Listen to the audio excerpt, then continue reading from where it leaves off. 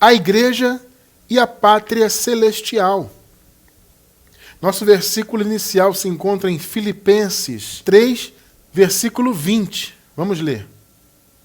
Mas a nossa cidade está nos céus, glória a Deus, de onde também esperamos o Salvador, o Senhor, Jesus Cristo. Igreja preciosa do Senhor, povo abençoado, eleitos de Deus, igreja perfeita, sem ruga, sem mácula, santos e irrepreensíveis. Glória a Deus por isso. Meus amados, hoje nós queremos reafirmar a nossa posição, a nossa visão em relação ao fato de nós já estarmos, já termos nascido. Poderia até ser mais um dos estudos dessa série, né? Nós temos uma sequência de estudos. Já nascemos novas criaturas, já nascemos imortais, já nascemos, enfim, tem vários temas aí. Temos até uma playlist em nosso canal no YouTube, inclusive, a playlist Já Nascemos. Esse estudo poderia ser mais um, só que nós já temos um estudo, Já Nascemos no Céu. Nós estamos reafirmando com esse estudo de hoje, né? Vamos reafirmar essa visão. Porque nós já estamos na pátria celestial. Entende? O céu é a nossa pátria. Quando nós lemos aqui em Filipenses 3:20, mas a nossa cidade está nos céus, né? Existem algumas versões que aparecem, a nossa pátria está nos céus. É a mesma coisa, tá? O sentido é o mesmo.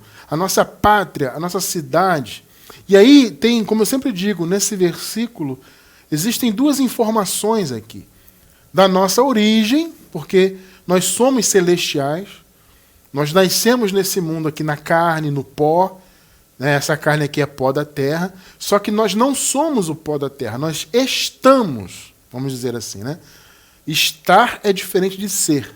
Nós somos, acima de tudo, celestiais, mas nós estamos passando um período aqui nesse mundo material, né? Pela permissão e pela vontade de Deus. Mas a nossa cidade, a nossa pátria é os céus, é onde nós nascemos espiritualmente. Tá? E também a segunda informação, já que são duas, né? A primeira é a nossa origem, a segunda é o nosso destino. Né? Ou seja, foi o destino daqueles que estavam fora da pátria, ou seja, aqueles que viveram antes da vinda de Cristo no ano 70. Ih, irmão Cristiano, como assim? Agora eu fiquei confuso. A vinda de Cristo no ano 70? Então quer dizer que haverá uma terceira vinda? Ou seja, Jesus veio primeiro, se manifestou como homem, né? Depois, ele se manifestou na sua segunda vinda no ano 70. E agora vai haver uma outra vinda? Não, amado, não existem três vindas. A palavra de Deus fala de duas vindas. A primeira vinda se manifestando como homem, como judeu que nasceu do ventre de Maria. E a segunda vinda foi a parousia dele, quando ele trouxe o reino, trouxe o juízo sobre Israel, né? O juízo, o aspecto visível, como eu sempre digo, né? A vinda de Cristo, a segunda vinda, teve um aspecto visível e invisível. O aspecto invisível foi o aspecto espiritual, o que aconteceu em termos espirituais com a vinda do reino. Tá? E o aspecto visível foi a destruição de Jerusalém, foi o juízo que veio sobre Jerusalém através do Império Romano. Né? Houve esse juízo que havia sido profetizado sobre Israel, inclusive, e Jesus, como Messias e como juiz, trouxe esse juízo. Então, visivelmente, inclusive, há registros históricos, né, dessa queda do templo de Jerusalém, da destruição de Jerusalém, né, da dispersão dos judeus, que muitos fugiram, etc. Enfim, há registros históricos, então, da vinda de Jesus. Irmão Cristiano, eu estou um pouco confuso. Então quer dizer, não vai haver uma vida no futuro? Não, não vai. Tá? Não tem essa de, vamos construir um terceiro templo.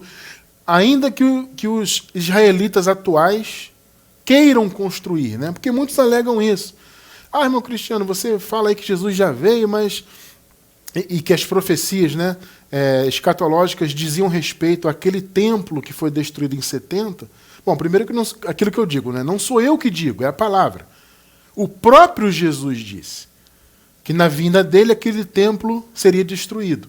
Então não sou eu que digo. Né? Só que as pessoas criaram essa coisa. Mas os israelitas querem criar um terceiro templo e aí tudo vai se cumprir nesse terceiro templo. Não. Eles podem até estar querendo criar um templo. Os israelitas podem criar quantos templos eles quiserem. Isso não tem nada a ver com a vinda de Jesus. Daqui a 200 anos eles vão conseguir construir um templo de novo. Isso não tem nada a ver com a vinda de Jesus, amado. Se eles têm um desejo deles lá de construir um novo templo, esse é o problema deles, né? Agora, a profecia sobre a vinda de Jesus e a destruição do templo foi no ano 70. Jesus disse em Mateus 24, né? Quando ele saía do templo, ele se aproximou, né, aqueles, né, que estavam ali se aproximaram dele, ele disse assim, vocês estão vendo essas construções? Jesus estava apontando justamente para o templo de Jerusalém, do qual ele havia saído naquele momento. E ele falou, vocês estão vendo todas essas construções aqui? Era o templo, né? Pois é, não ficará delas pedra sobre pedra. Ou seja, em outras palavras, ele vai ser destruído, essas construções serão destruídas na minha vinda. Gente, isso está muito claro em Mateus 24. Jesus não estava falando de um suposto, talvez, um terceiro templo. Pensa se isso tem lógica, né? Jesus está falando daquele templo. Qual é a lógica dele estar falando de um suposto terceiro templo? Né? 2000 anos depois. Pensa bem nisso. Amados, olha só, se vocês pararem para pensar, até pela lógica, não só pela revelação, pelo texto bíblico, que é muito claro, mas a própria lógica nos mostra que a escatologia bíblica já se cumpriu. Porque não faz sentido, mais uma vez eu digo, não faz sentido. Jesus está falando da sua segunda vinda, se referindo àquelas construções. Ele apontou, vocês estão vendo essas construções aqui? Então, ele não está falando de uma suposta construção 2000 anos depois. Ele está falando daquela que estava de pé ali naquela ocasião. Ele disse, na minha segunda vinda, essas construções serão destruídas. Entende? Então já se cumpriu. Não faz sentido imaginar um apocalipse no futuro, ou uma terceira vinda. A Bíblia não fala de terceira vinda. Alguns até levam em consideração, mesmo porque não tem como não levar, né? Então muitos levam em consideração o ano 70, mas dizem que no ano 70 foi um mini apocalipse. Não, tudo bem, o ano 70 aconteceu, está registrado, mas ali foi um mini apocalipse, foi uma amostra, entre aspas, do apocalipse, mas o apocalipse maior virá. Não, tudo bem, você pode até achar isso, mas onde está isso na Bíblia? Esse é o ponto. Nós temos que nos ater, amados, no texto bíblico, a nossa base é o texto bíblico. Não é o achismo. Estão dizendo, há rumores que haverá um terceiro templo em Jerusalém, Israel vai construir. E daí? Jesus estava falando daquele templo construído naquela época. Então, se você quiser entender isso, antes de você taxar de heresia, eu sempre falo isso aqui. Sempre que nós tratamos de algum assunto que tem a ver com a escatologia consumada, eu me sinto obrigado a falar isso aqui. Você quer entender que Jesus já voltou, a segunda vinda já se cumpriu, que há registros históricos e tudo mais? Quer entender isso? Assista a nossa série de estudos de escatologia consumada, tá? Na descrição do vídeo, quem está pela gravação, vocês vão encontrar o link da escatologia consumada. É uma playlist no YouTube com diversos estudos a respeito da escatologia consumada para você entender isso. O estudo de hoje ele faz parte desse raciocínio. Por quê? Porque nós estamos afirmando que nós já estamos na pátria celestial. Porque se Jesus já voltou, obviamente já estamos na pátria celestial. Porque a nossa cidade é o céu. Percebe? A nossa cidade é o céu. Paulo fala aqui, de onde também esperamos o Salvador. Veja, vamos encaixar as coisas dentro dos contextos corretos. Nós estamos depois da vinda. Aqui, quando o apóstolo Paulo, por exemplo, escreveu essa carta, e todas as cartas, na verdade, todas as epístolas, ele escreveu antes do ano 70. A invasão do templo de Jerusalém e a sua destruição, assim como a invasão ali na cidade de Jerusalém e a guerra contra os israelitas da parte do Império Romano, isso marcou, realmente, como eu disse, foi o aspecto visível da vinda de Cristo. Então marcou ali a vinda do reino de Deus e o juízo sobre Israel. Isso foi no ano 70, como os registros históricos nos confirmam, tá? Só que aqui, como eu disse, eles estavam antes. Então por isso Paulo disse, nós esperamos o Salvador. Não, nós hoje não esperamos mais. Ele já veio. A salvação já veio. Percebe? O céu, o reino de Deus, já veio de encontro à terra. Veja, nesse estudo que nós fizemos recentemente, já nascemos nos céus. Eu vou deixar esse estudo no link, na descrição do vídeo. Já nascemos no céu. Nesse estudo, nós nos aprofundamos nessa visão. Vocês se lembram daquela oração de Jesus, chamado Pai Nosso? Um dos pontos ali da oração, Jesus disse: seja feita a sua vontade, assim na terra como no céu. Não foi o que ele falou? Aquela oração do Pai Nosso foi uma oração profética. Tudo que Jesus ensinou a pedir ali já se consumou. Inclusive a vinda do reino. Não faz sentido hoje, por exemplo, como muitos fazem hoje, nós ficarmos orando o Pai Nosso. Vamos fazer aqui uma oração do Pai Nosso. Pai nosso que estás nos céus, santificado seja o teu nome. Tudo isso já se cumpriu, né? O Senhor Jesus recebeu um nome que está acima de todo nome, então já foi santificado. Venha o teu reino. O reino já veio. Qual é a lógica de você orar hoje o Pai Nosso, pedindo a vinda do reino, se o reino já veio? Percebeu? Tudo já foi consumado.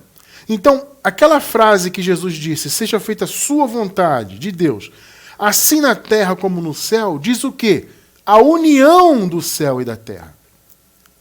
Ou seja, céus e terra são apenas uma realidade hoje em dia. Só que são âmbitos distintos, obviamente. A terra em que nós vivemos aqui materialmente é material mesmo, né? É algo físico, não é espiritual. Só que essa terra, para os filhos da salvação, aqueles que são salvos, sempre salvos, a terra e o céu são uma realidade só. Por isso que nós estamos na terra fisicamente, habitando em um corpo de pó ainda, mas espiritualmente nós já estamos nos céus. Inclusive, já nascemos aqui na terra, estando espiritualmente nos céus. Gente, isso é uma revelação, é uma coisa tremenda. Eu não vou me aprofundar nisso, como eu já disse, tem um estudo aí. Já nascemos no céu. Ou seja, quando nós nascemos fisicamente como seres humanos aqui na Terra, nós já nascemos estando nos céus espiritualmente. É uma visão tremenda. Por quê? Porque a pátria celestial, ela veio no ano 70. Jesus trouxe o reino de Deus. Porque a vinda de Jesus redundaria também na vinda do reino de Deus. Entende? É a mesma coisa. Por isso que a palavra sempre fala, quando fala da vinda de Jesus, fala do reino. Senhor, quando virá então o fim do mundo, a vinda do seu reino? Quando que o Senhor vai vir no seu reino? Jesus fala, né? Alguns dos que estão aqui me verão vindo no meu reino. Você vê, alguns que estavam ali com ele, né? Quer dizer, se o reino ainda vai vir, existe alguém então com mais de 2.000 anos de idade. É o que a gente sempre diz aqui. Porque se Jesus disse que alguns dos que estavam ali com ele há 2.000 anos atrás o veriam vindo em seu reino. E se esse reino, então, não veio ainda, como a maioria diz, né, que Jesus ainda vai voltar e que o reino ainda vai vir, então existe alguém com mais de 2.000 anos esperando para ver o reino. Percebe que isso não faz sentido? É o que eu falei agora há pouco, a própria lógica. Quando você lê o texto bíblico e você coloca a lógica em evidência nisso, você trabalha o texto até em cima da própria lógica, você vê que não faz sentido você colocar no futuro. Como que alguém vai ver a vinda de Jesus, que ele prometeu lá, né, que alguns ali veriam, 2.000 anos depois? Então Jesus estaria mentindo. Mas não, amado, ele não mentiu. Se ele disse que alguns dos que estavam ali veriam ele vir no reino, é porque seria ainda naquela geração. Por isso que em Mateus 24, Jesus disse, não passará esta geração, aquela, né? Não a nossa, aquela. Não passará esta geração sem que todas estas coisas, incluindo a queda do templo, né? Que no contexto está sendo dito ali, aconteçam. Ou seja, tudo aconteceu, a segunda vinda de Cristo, a escatologia, portanto, bíblica, né? Se cumpriu ainda naquela geração, mas especificamente, como eu disse, no ano 70. Então, se nós já vivemos depois desse período, nós já vivemos na pátria celestial. Porque, vou repetir, céu e terra estão juntos para os filhos da salvação. Para quem é salvo, para quem já tem o seu espírito no paraíso. Nós estamos fisicamente na terra, mas espiritualmente já estamos lá no paraíso, porque o paraíso e terra para nós é uma coisa só. Então já vivemos na pátria celestial, já nascemos estando lá no céu, espiritualmente. Nesse estudo, então, nós nos aprofundamos, tá? Assista aí quem não assistiu. Então, eles estavam ali esperando, aqueles irmãos ali que viveram antes da vinda de Cristo, né? Os irmãos que viveram ali entre a ressurreição de Jesus e o ano 70, que foi o período da chamada igreja primitiva, né? Aqueles irmãos, sim, estavam esperando a salvação ainda vir, esperando, né, o juízo sobre Israel, esperando serem assentados em lugares celestiais. O Paulo até fala isso de maneira profética, inclusive, né? Efésios 2, versículo 6. Vejam só. Deus nos ressuscitou com Cristo. Foi a primeira ressurreição, a ressurreição espiritual, né? E com Ele, com Cristo, nos fez assentar nos lugares celestiais em Cristo Jesus. Aqui Paulo está falando profeticamente. Por quê? Porque eles estavam antes da vinda do reino ainda. Eles estavam vivendo o reino milenar de Jesus, o reino do Messias, né? Do juiz que viria, né, com juízo sobre Jerusalém, sobre Israel. Então, nesse período da ressurreição de Jesus até a vinda dele no ano 70, foi o reino milenar, foi o milênio. Mas, irmão Cristiano, milênio não foram 1000 anos. Só que o milênio não foi literal.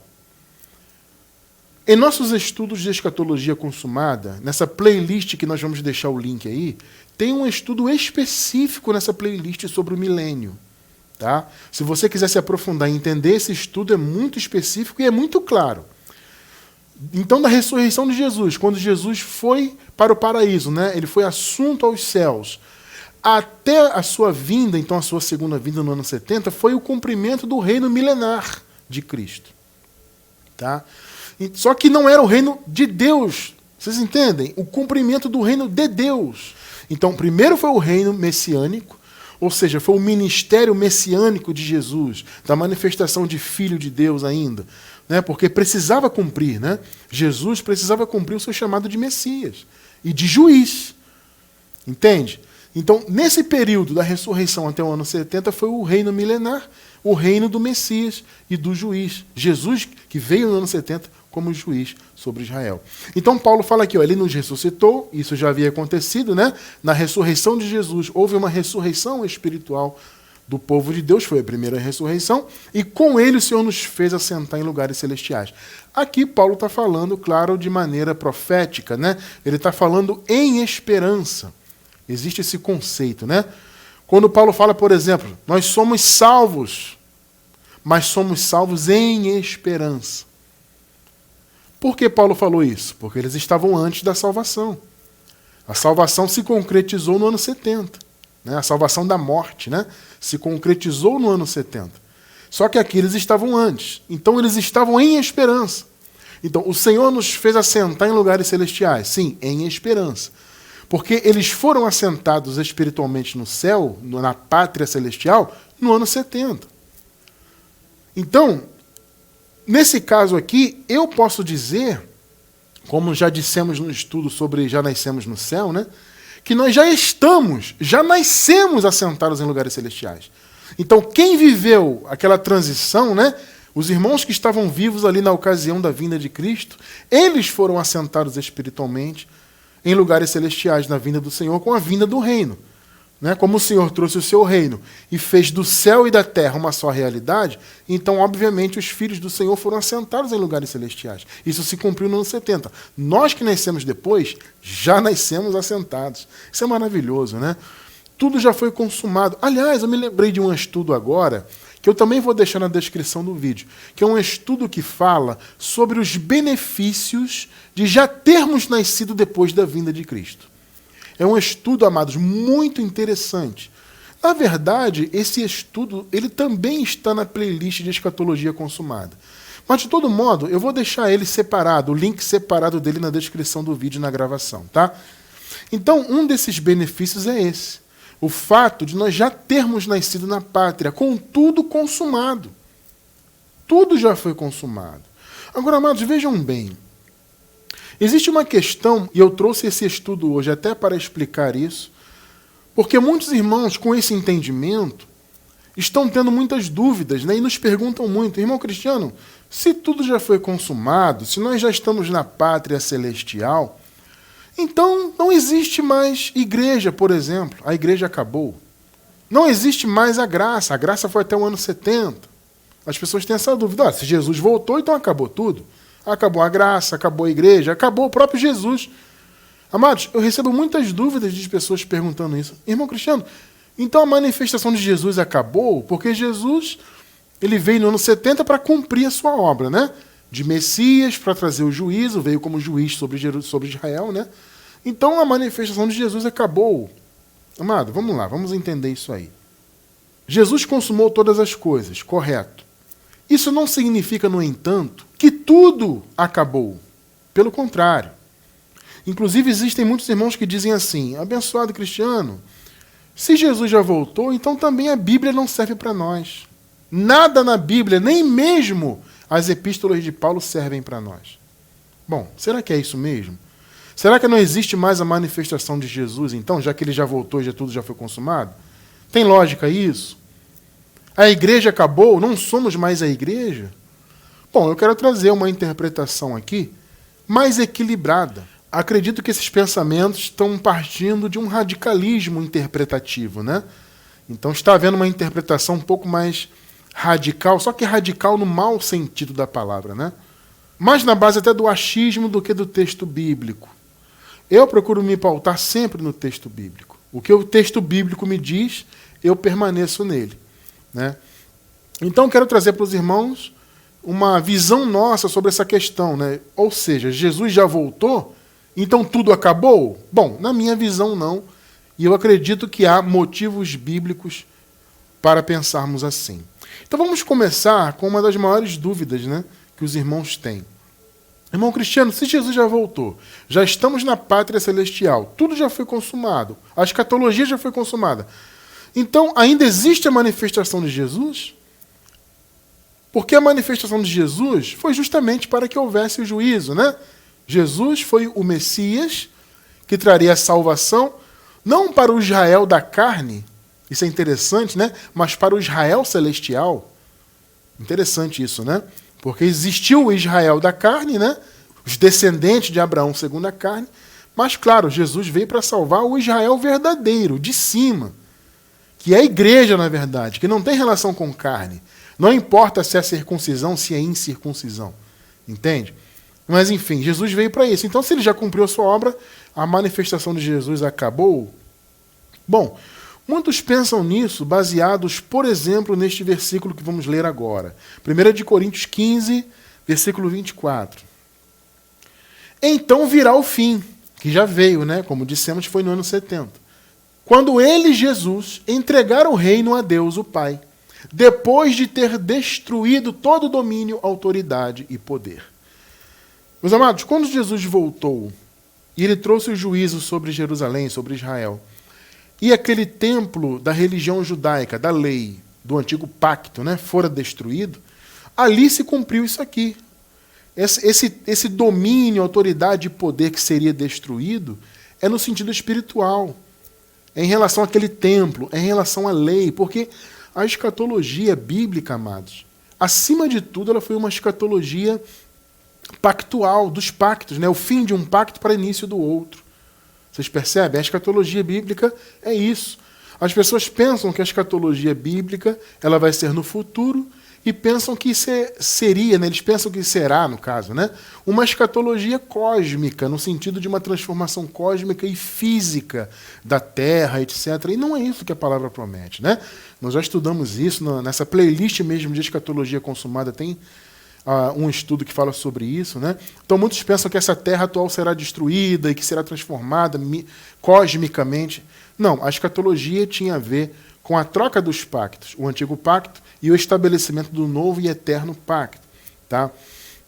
Então, esses domínios, autoridades e poder, né, que Paulo falou aqui, foram aniquilados com a queda do templo, com a queda do antigo pacto, a queda definitiva, né, do antigo pacto, da lei, enfim, daquela religião judaica ali. E aqui Paulo diz o seguinte, que o Senhor Jesus entregou o reino a Deus, o Pai. E as pessoas pensam, bom, se ele entregou o reino ao Pai, então ficou só o Pai e Jesus acabou. Jesus cumpriu sua missão, agora é só o Pai. Vamos lá, amados, vamos raciocinar em cima disso aqui. Primeiro ponto que a gente tem que observar é que não há separação de pessoas de Jesus e o Pai. É bom você entender isso, né? Existe uma visão, que é a visão, inclusive, majoritária no meio religioso, da chamada Trindade, né?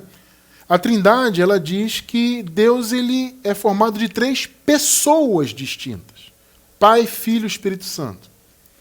A palavra não fala disso, tá? Apesar de você ver Paulo, nós vermos, né, Paulo separando. O Senhor Jesus entregou o reino ao Pai. Né? O Pai do nosso Senhor Jesus Cristo. Paulo fala isso, né? Você vê essa separação, mas veja, é uma separação de manifestações. Na Bíblia não há um apontamento para pessoas distintas. A pessoa de Jesus, a pessoa do Pai, a pessoa do Espírito Santo. Não. É o mesmo Deus que se manifesta e se manifestou de maneiras diferentes. Vocês estão percebendo isso? Então Jesus é o Pai. Esse é o mistério. O Paulo, inclusive, diz: grande é o mistério da piedade. Deus se manifestou em carne, né? Esse é o mistério. É um mistério, amado. Não dá para entender isso a fundo, porque se o próprio apóstolo Paulo, que teve a revelação da graça, né?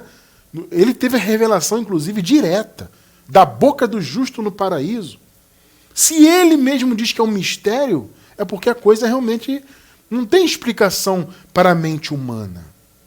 É tremendo isso aí. Então a gente tenta entender com algumas pistas, né, que a Bíblia revela em relação a isso. Você tenta entender o máximo que é possível, só que nós entendemos apenas no limite do texto bíblico.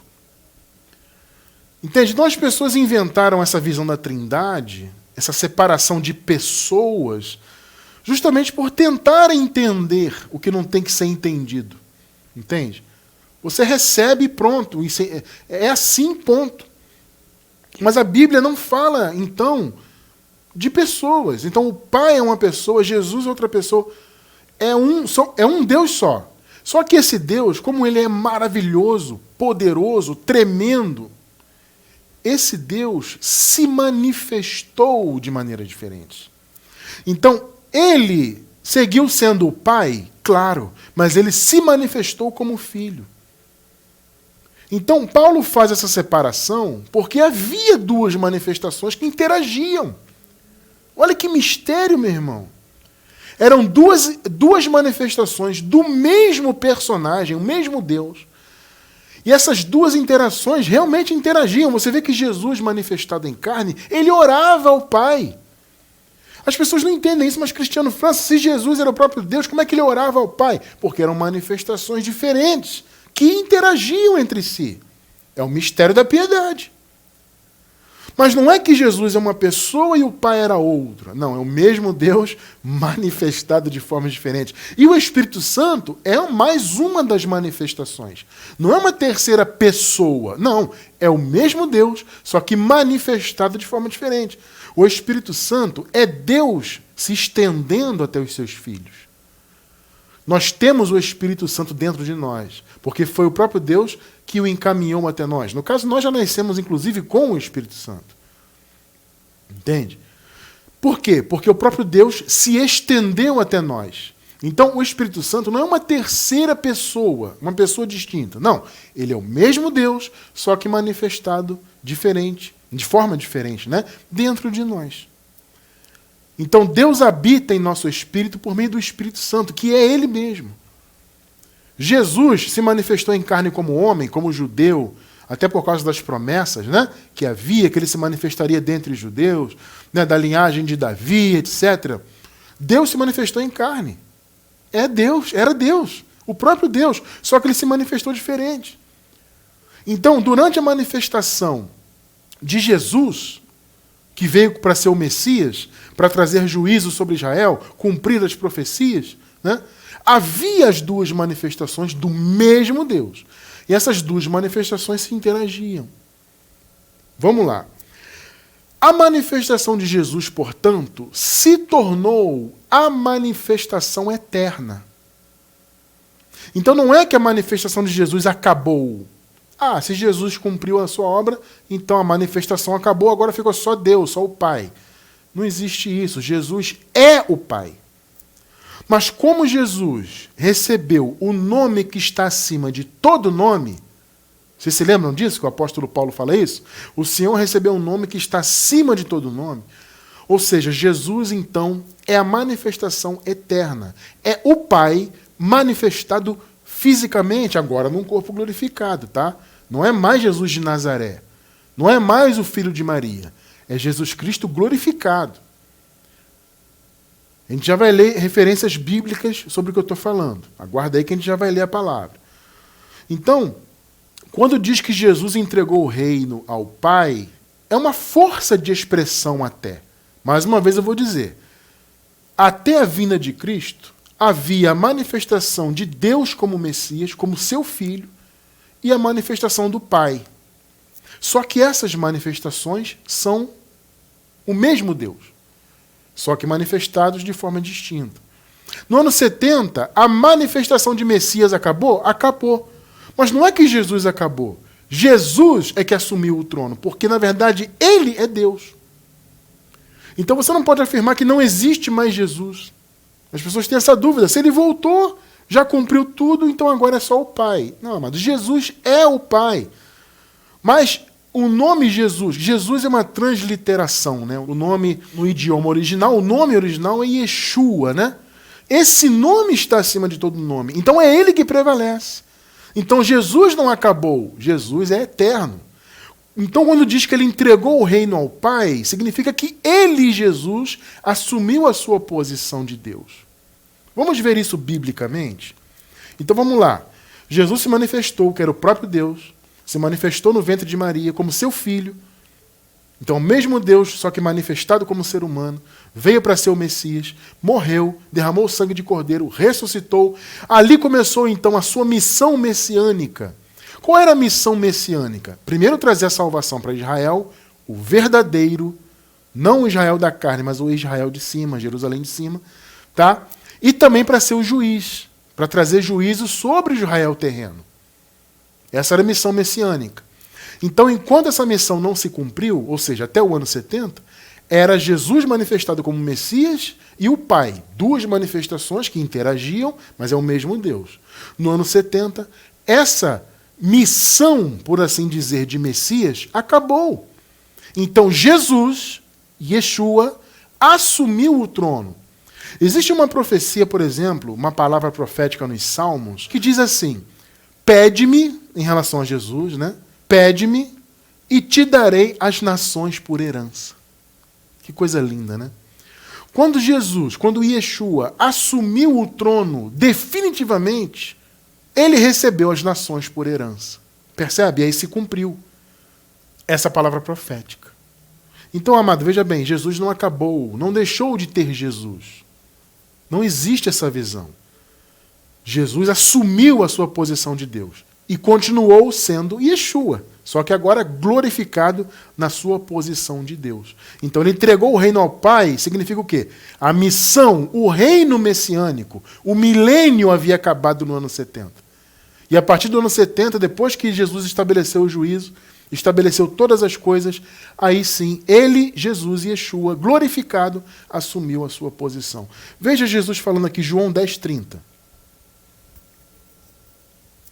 Eu e o Pai somos um. Vocês percebem que não tem essa separação de pessoas? Que não tem essa ideia de trindade? Não existe trindade. Não nesse sentido que o sistema religioso dá. De pessoas diferentes. Eu e o Pai somos um. É o mesmo Deus manifestado de formas diferentes.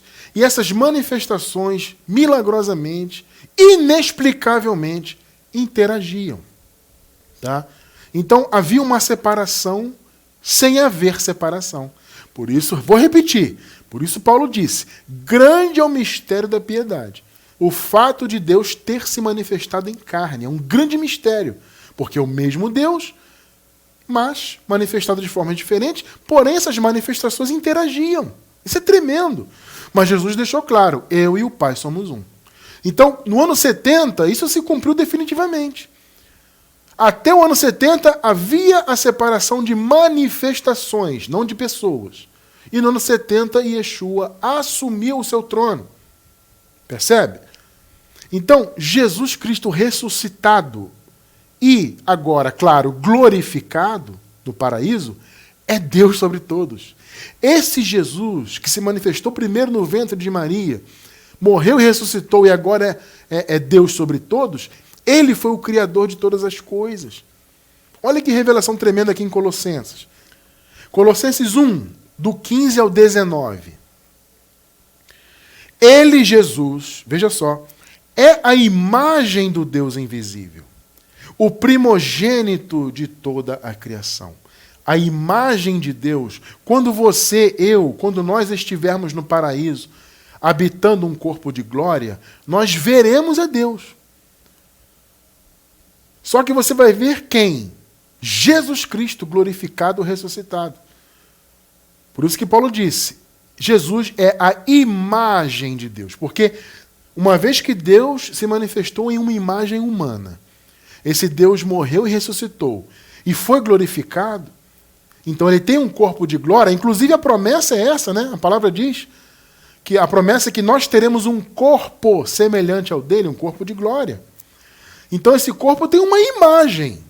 Ele é a imagem do Deus invisível, o primogênito de toda a criação. 16. Pois nele, em Cristo, foram criadas todas as coisas, nos céus e na terra, as visíveis e as invisíveis, sejam tronos ou soberanias, poderes ou autoridades. Olha só, todas as coisas foram criadas por ele. Ele quem? Ele, Jesus. Mas Cristiano, Jesus não nasceu do ventre de Maria? Pois é, mas ele era o próprio Deus. Então, ele, Jesus, foi o Criador de todas as coisas. Tá? Tudo foi criado por Jesus. Vou repetir. A manifestação de Jesus, Yeshua, que recebeu um nome acima de todo nome, essa é a manifestação eterna de Deus. O Pai e Jesus são um só. Perceberam? A manifestação, então, de Jesus, que até o ano 70 ainda estava na missão de Messias, de juiz sobre Jerusalém, sobre Israel, esse Jesus segue sendo Deus sobre todos. Ele é Deus sobre todos. Não acabou Jesus, não existe isso.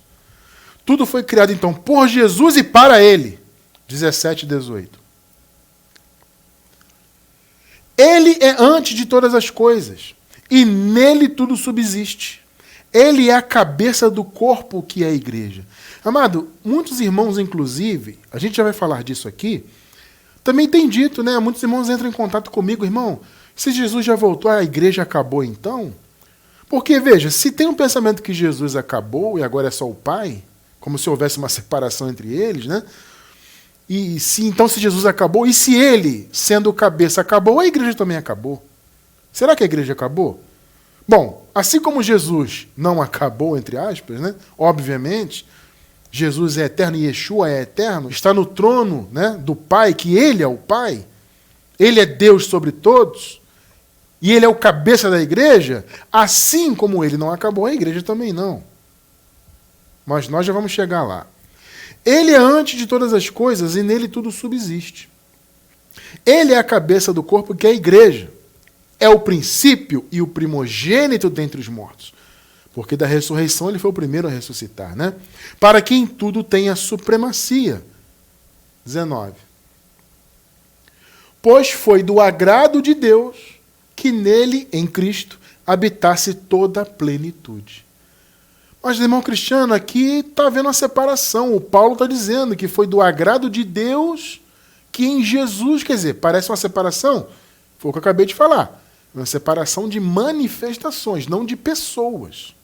Essas manifestações interagiam. Quer entender isso? Eu não entendo. Por isso Paulo falou, grande é o mistério da piedade. Como pode o próprio Deus, que se manifestou como ser humano, esse Deus interagir com ele mesmo. Não são pessoas diferentes, são manifestações diferentes. Então, olha só, foi do agrado então do Pai, o Espírito, o Criador, do qual Cristo é a imagem, percebeu? Foi do agrado então desse Espírito Criador que em Cristo habitasse toda a plenitude. Inclusive a plenitude da divindade. Então veja, amado, você não pode dizer que Jesus não existe mais e que agora é o Pai, é Deus. Não, Jesus é Deus. Porque nele é que habita a plenitude. Colossenses 2:9. Pois em Cristo habita corporalmente, o corpo de glória, no paraíso, toda a plenitude da divindade. Percebeu? Em Cristo habita toda a plenitude da divindade. Tremendo isso. Se toda a plenitude da divindade está em Jesus, significa que Jesus é Deus sobre todos. Yeshua é Deus sobre todos. Observe o que a palavra diz sobre o Filho, porque, mais uma vez, até o ano 70 era a manifestação de Messias, de Filho, né, que veio para ser juiz e para ser o Salvador. Mas observe aqui o que diz sobre o Filho, a sua posição real. Hebreus 1:8. Mas, a respeito do Filho, de Yeshua, Jesus transliterado, né, diz: o teu trono, ó Deus, subsiste para todo o sempre. Veja, o trono de Jesus é eterno. Cetro de equidade é o cetro do teu reino. Até o ano 70, da sua ressurreição ao ano 70, foi o reino milenar. Ou seja, era ainda a missão de Jesus como Messias e como juiz de Israel. Tá? A partir do ano 70, é o reino de Deus, ou seja, de Yeshua como Deus.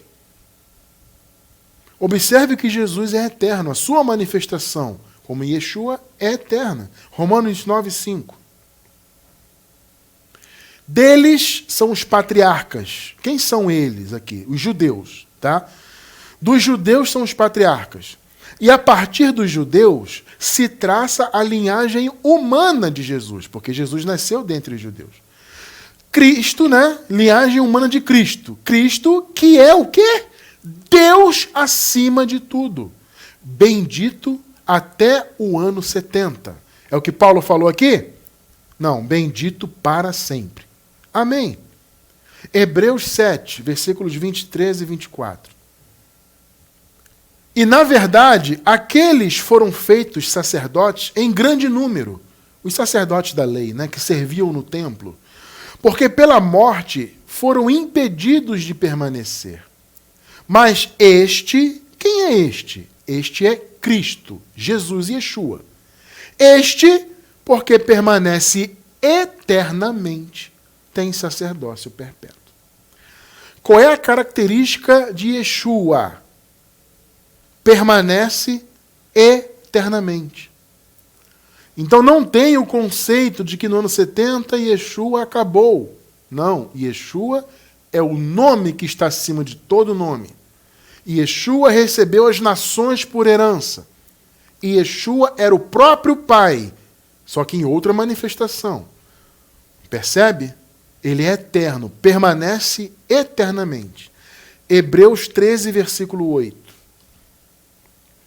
Jesus Cristo, Yeshua, olha só, é o mesmo ontem, hoje e até o ano 70. É isso que está escrito aí?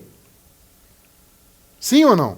Jesus Cristo é o mesmo ontem, hoje e para sempre. Então, para mim, está muito claro, né? Como eu disse para vocês, eu me baseio no texto bíblico. Porque o que a Bíblia diz é o caminho no que a Bíblia diz. É simples assim. Agora, se Jesus é eterno e Yeshua é eterno, e ele é a cabeça da igreja, obviamente a igreja não acabou. Porque tem esse pensamento, né? Num sistema religioso diz assim, quando Jesus voltar, né, porque na mente deles Jesus ainda vai voltar, quando ele voltar, ele vai retirar a igreja daqui. Tem esse pensamento, né? Então muitos pensam isso. Se Jesus já voltou, então a igreja acabou. É evidente que não, né? Como a cabeça é eterna, você acabou de ler comigo. Jesus é o mesmo ontem, hoje e para sempre. Eternamente. Ele permanece eternamente. Bom, você acabou de ler comigo isso aí. Se ele a cabeça permanece, obviamente o corpo também.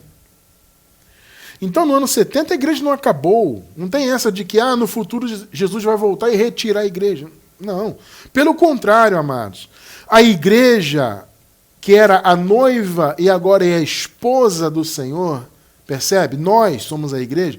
Ela foi, na verdade, estabelecida no ano 70. Então você não pode ter o pensamento que a igreja acabou. Não existe isso aí. A igreja foi estabelecida. Porque ela se casou com Jesus. Então, antes do ano 70, a noiva. No ano 70, houve o casamento. O estabelecimento da noiva como esposa. E assim a igreja foi estabelecida na terra. Observem bem. O apóstolo Paulo falou algo interessante. Ele disse que eles estavam ali, antes do ano 70, e eles aguardavam a manifestação dos filhos de Deus. A revelação. É interessante, né? O Paulo fala, escrevendo aos Romanos, que a criação aguarda ansiosamente a revelação dos filhos de Deus. Por que Paulo fala isso? Porque apesar de, obviamente, já haver a igreja antes do ano 70, a igreja estava, entre aspas, observe, eu vou explicar isso, antes do véu. Ué, Cristiano, mas como eles estavam antes do véu se Jesus já havia morrido e ressuscitado? Calma. Quando Jesus morreu e ressuscitou, ele abriu o caminho da graça. A graça foi inaugurada na cruz e na sua consequente ressurreição.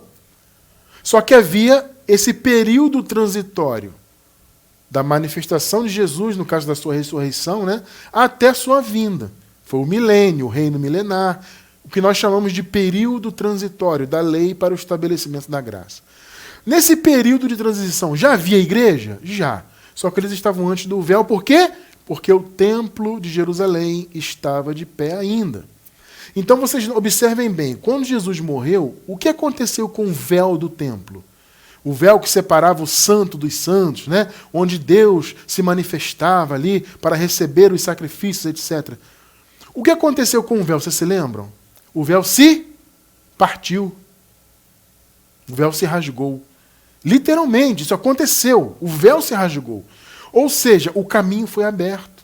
O caminho dos santos foi inaugurado. Só que, amados, enquanto aquele templo estava de pé, ainda havia a lei, né, ali sendo exercida, os sacrifícios sendo oferecidos, as lembranças de pecados, os dízimos e os animais mortos, todo aquele mover da lei continuou. Então, aquele templo tinha que ser destruído para que a lei tivesse o seu fim definitivo. Jesus acabou com o período da lei na cruz. Ele cumpriu tudo que a lei exigia, derramou o sangue dele de cordeiro. Mas a lei continuou existindo no templo. Então o véu se rasgou, ou seja, simbolizando que o caminho foi aberto, a graça foi inaugurada, mas eles estavam ainda antes do estabelecimento pleno da graça, porque eles estavam antes de atravessar o período de transição. Então, por isso que diz que a criação aguardava a revelação dos filhos de Deus. Ou seja, o que é revelação? Revelação é retirada do véu. A palavra revelação significa retirar o véu. Então, eles já eram igreja, sim, eram salvos em esperança, tá? Já eram igreja, etc., mas eles estavam ainda antes do véu, simbolicamente, né? Porque eles estavam ainda antes da destruição do templo de Jerusalém. Então, quando houve a vinda de Cristo e o templo foi destruído, acabou a lei definitivamente. E aí houve a revelação. Revelação retirada do véu, né? Ou seja, o véu da lei, simbolicamente, foi retirado do caminho da igreja. Então, houve a revelação dos filhos de Deus. Houve o estabelecimento da igreja de fato. Observe isso. A igreja é a Jerusalém de cima. Jerusalém de cima. É a nova Jerusalém. Gálatas 4, 26. Mas a Jerusalém que é de cima. Ou seja, não é a Jerusalém que nasceu na terra segundo a carne. Percebeu, né? A Jerusalém de cima é livre, a qual é mãe de todos nós. O Paulo utiliza aqui essa expressão, que ele é mãe de todos nós, porque no contexto ele está usando as mães dos filhos de Abraão, né? A escrava e a esposa Sara, né? Então o Paulo faz um paralelo da lei com a graça, né? Colocando os filhos da escrava, ou seja, aqueles que estavam debaixo da lei, e os filhos da livre. Tá? Por isso que ele usa essa expressão, mãe de todos, por causa da metáfora que ele está usando ali. Mas o ponto aqui é o seguinte, a Jerusalém de cima é a igreja, e nós somos a Jerusalém de cima. Tá? Quando Paulo diz ela é mãe de todos nós, entre aspas, né? É porque nós somos a Jerusalém de cima. Nós somos livres. Percebe? Observe esse texto aqui de Hebreus. Hebreus 12, versículos 22 e 23. Mas vocês chegaram ao monte Sião. Aqui o apóstolo está falando para os hebreus, né? Para os irmãos que eram judeus, que tinham o costume de viver debaixo da lei. E em toda a carta aos hebreus existe esse paralelo da lei com a graça.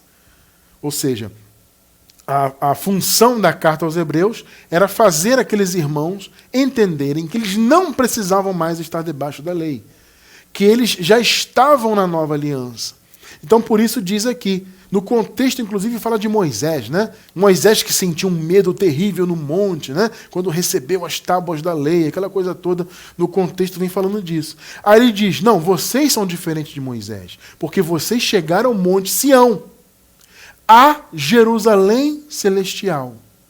Pegou? Vocês, hebreus, não estão mais em Moisés.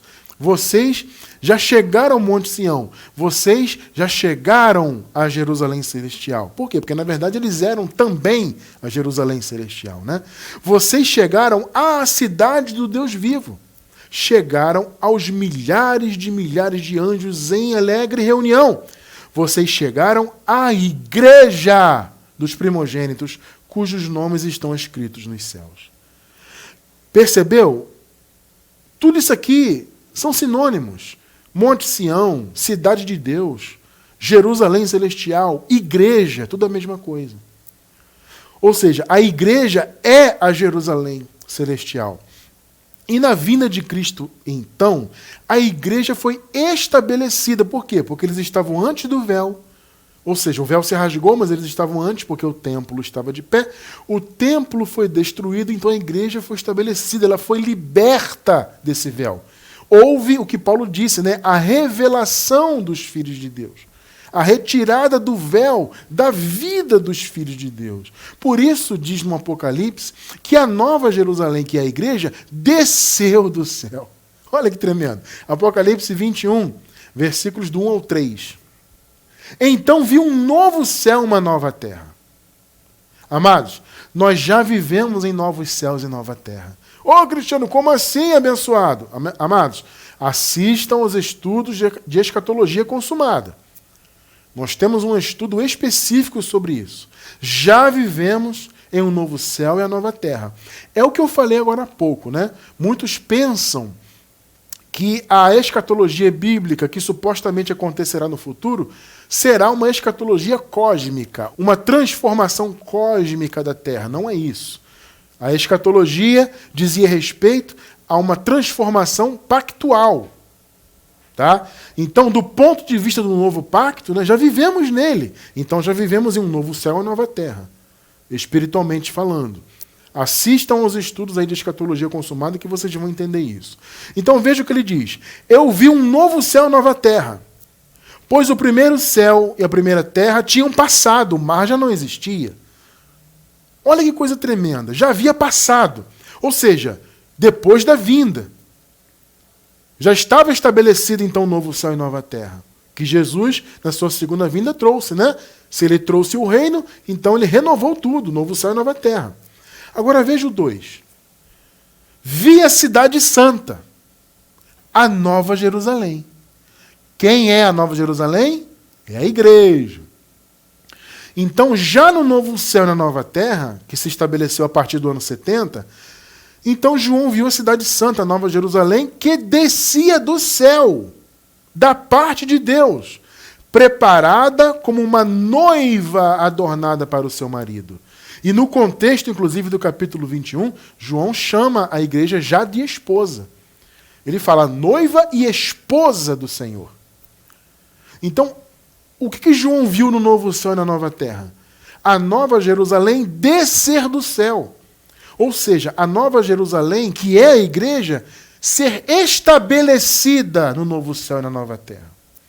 Então, a nova Jerusalém, que ainda estava antes do véu, ali durante a igreja primitiva, ela passou pela revelação, ou seja, a retirada do véu. Então, os filhos de Deus foram estabelecidos como filhos de fato, como esposa de Jesus. Percebeu, né? 3. Ouvi uma forte voz que vinha do trono e dizia: agora o tabernáculo de Deus. Eu pergunto para vocês, quem é o tabernáculo de Deus? A morada de Deus. Não é a igreja? Não foi o que Paulo disse? Vocês são o templo, vocês são a casa de Deus. Então, a casa de Deus, a habitação de Deus, o tabernáculo de Deus está com os homens, com os quais ele viverá. Eles serão seus povos, o próprio Deus estará com eles e será o seu Deus. Veja, amados, no novo céu e na nova terra, a igreja, a esposa do Senhor, foi estabelecido, o casamento foi estabelecido. E uma vez que o céu e a terra são apenas uma realidade, para nós, filhos de Deus, né? Para nós que somos a noiva, não, a esposa, né? Para nós que somos a esposa do Senhor, então nós entendemos que a nova Jerusalém, figurativamente, desceu do céu, ou seja, ela foi estabelecida entre nós, entre os homens. Então, amado, veja bem, a igreja não acabou, pelo contrário, a igreja foi estabelecida. Antes a igreja ainda estava impedida, entre aspas, né? Por causa do véu, por causa do templo, por causa da lei, do antigo pacto, né? Que ainda estava representado naquele templo. Então, por isso que a criação, como Paulo disse, aguardava ansiosamente a revelação dos filhos de Deus. Essa revelação veio com a queda do templo, o estabelecimento, então, da igreja como tal. Por quê? Porque o período de transição acabou no ano 70. Então, a Nova Jerusalém desceu do céu. Muitos interpretam literalmente, né? Inclusive aqui no capítulo 21, há toda uma especificação da igreja, né? O tamanho da cidade, como ela era, né? É uma cidade, né, cheia de ouro, etc., pedras preciosas. Gente, não é literal. As pessoas ficam esperando uma cidade literalmente descer do céu. Não é isso. Então, amados, nosso entendimento é esse. A Nova Jerusalém desceu do céu, foi estabelecida. A Nova Jerusalém não é uma cidade, então, literal, né? Não, é a igreja. Todas essas riquezas, características que João relata na sua visão, que viu descer do céu uma cidade. Ele fala até das metragens da cidade, dos muros, toda a riqueza. O que são essas riquezas? São as bênçãos espirituais, irmãos, com as quais nós já estamos abençoados, já nascemos abençoados com todas essas bênçãos. São as riquezas espirituais da igreja, da esposa do Senhor. Ora, se o Senhor, que é o marido, é riquíssimo, é claro que a sua esposa também é, mas espiritualmente falando. Então, na minha visão, para mim está muito claro, a igreja desceu do céu nesse sentido, ou seja, foi estabelecida. Houve a revelação dos filhos de Deus no novo céu e na nova terra. E aí, por fim, amados, eu não vou me aprofundar muito, até porque o horário já está avançado aqui para a gente, nós que estamos ao vivo, né? Mas eu quero dizer o seguinte, alguns dizem a graça acabou. Olha só, eu vou deixar na descrição do vídeo, você que está pela gravação, tá? Vocês vão encontrar esse estudo que eu vou deixar aí sobre a eternidade da pregação da graça. Porque, veja bem, a graça não acabou. Alguns pensam assim, se Jesus já voltou, então acabou a graça. Né? A graça foi até o ano 70. E muitos irmãos nos escrevem com essa dúvida. Veja bem, amados, não. A graça não acabou nem como doutrina e nem como pacto. É evidente que do ponto de vista doutrinal, há coisas na Bíblia e nos próprios escritos do apóstolo Paulo que não servem para nós. Nós temos que observar esses textos dentro do contexto temporal, né? Ou seja, nós estamos já no período da graça totalmente estabelecida. Então há coisas que não servem. Eu dei alguns exemplos aqui, né? Por exemplo, quando Paulo fala, em esperança estamos salvos. Não serve para nós. Nós esperamos o Salvador, o Senhor Jesus Cristo. Não. Eu não espero Jesus. Ele já veio. Nós já estamos no reino. Já estamos na pátria celestial. Já habitamos espiritualmente lá. Então, veja bem, nós temos que ficar para nós temos que fixar em nossa mente a essência da doutrina da graça. Você tem que saber diferenciar. Bom, isso aqui é só para a igreja primitiva. Isso aqui não serve para mim. Porque eu estou depois do ano 70. Então, nem tudo serve para nós. Concordo, nem tudo serve para nós. Mas a essência da graça serve. Mesmo porque, meus irmãos, nós estamos vivendo uma vida ainda material. Então, existe a luta da carne contra o espírito. Você não habita num corpo de carne? Sim. Você não tem o espírito, o seu homem interior, e que nele habita o Espírito Santo? Sim. Então, existe aquela luta que Paulo falou aos Gálatas. A luta da carne contra o espírito. Ora, se eu estou habitando num corpo de carne, é evidente que existe a luta da carne contra o espírito. E a doutrina da graça é justamente para nos auxiliar nessa luta. Mas veja, eu vou reter o que serve para mim. Então aquilo que tem a ver só com a igreja primitiva, que dizia respeito às visões escatológicas, as coisas que ainda iriam acontecer, isso não serve mais para mim e para nós. Mas a essência da graça serve. Então nós pregamos aqui a graça para vivermos esta essência da graça e para que possamos ter o auxílio da palavra revelada na luta contra a carne. Efésios 2, versículos 6 e 7. Deus nos ressuscitou com Cristo e com Ele nos fez assentar nos lugares celestiais em Cristo Jesus. 7. Para mostrar, olha só, nas eras que hão de vir. Observe que Paulo está escrevendo antes do ano 70, antes da vinda de Cristo. Então ele está dizendo o seguinte, olha, nós estamos vivendo a última era antes de Jesus voltar, né? Eles sabiam que estavam vivendo a última era ali, os últimos tempos. Então Paulo faz uma profecia em relação às eras depois da vinda de Cristo.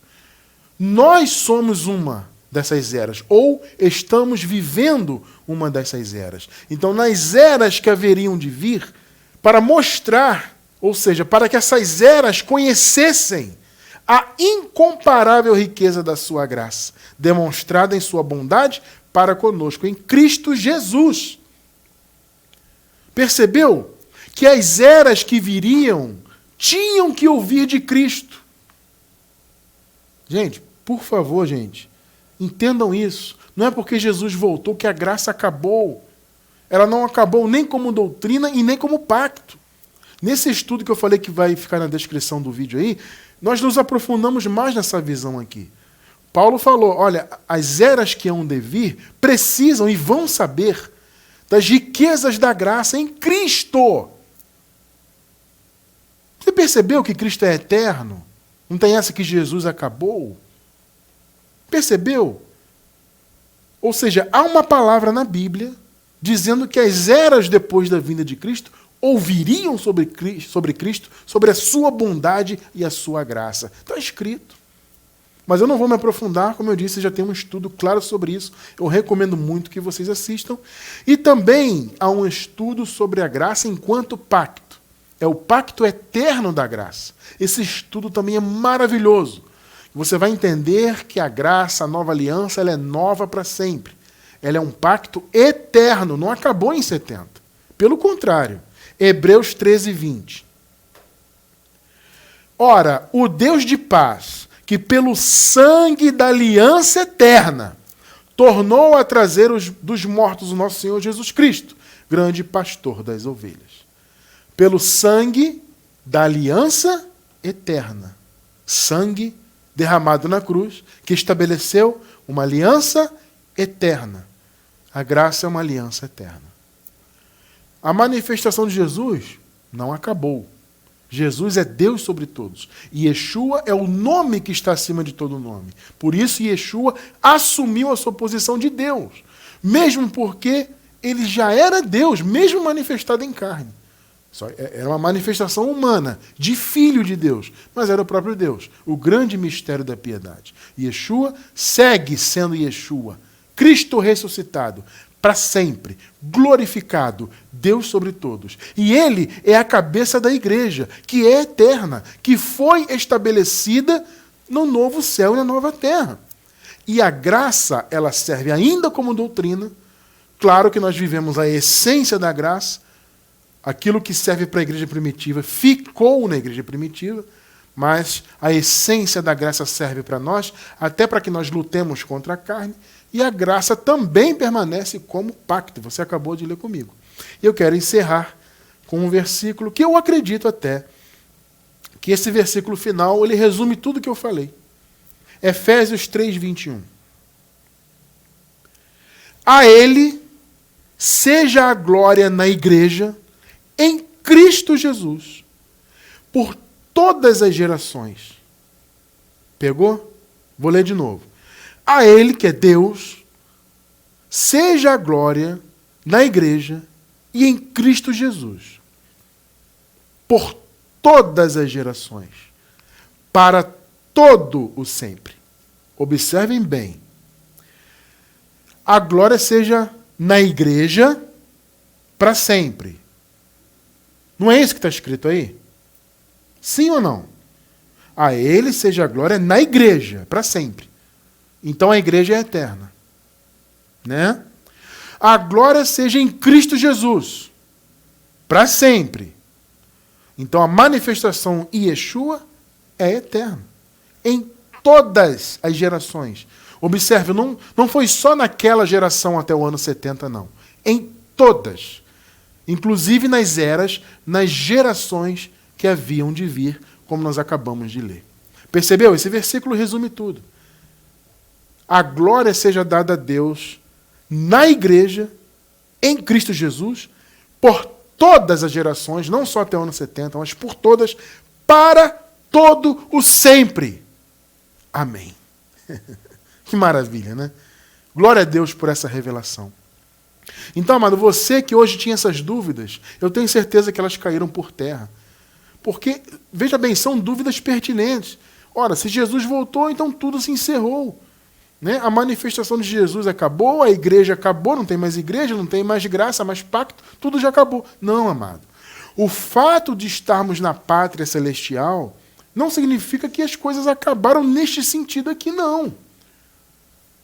Só que nós vivemos um período totalmente diferente da igreja primitiva. Sim, algumas coisas que estão na Bíblia, escritas na Bíblia, realmente não servem para nós? Sim, é verdade. Você tem que aprender a entender o que serve e o que não serve. Mas a essência da doutrina serve, na nossa luta contra a carne. E nós glorificamos a Deus como igreja, por todas as gerações. Então, não é só até o ano 70, em todas. As que vieram antes e as gerações que virão depois da nossa atual. Percebe? Por isso é importante a pregação eterna da graça. Assistam esses estudos que nós estamos deixando na descrição do vídeo, na gravação. Assistam para vocês entenderem bem. Então, mas eu louvo a Deus. Nós estamos na pátria celestial. E Jesus Cristo, que no caso é Yeshua, é o nome original, né? É agora Deus sobre todos. Não só agora, a partir do ano 70. Porque ele assumiu o seu trono. Ele recebeu as nações por herança. Então ele é Deus sobre todos. Ele é a cabeça da igreja que é eterna. E ele estabeleceu um pacto que é eterno. Louvado seja o Senhor por isso. Graças a Deus.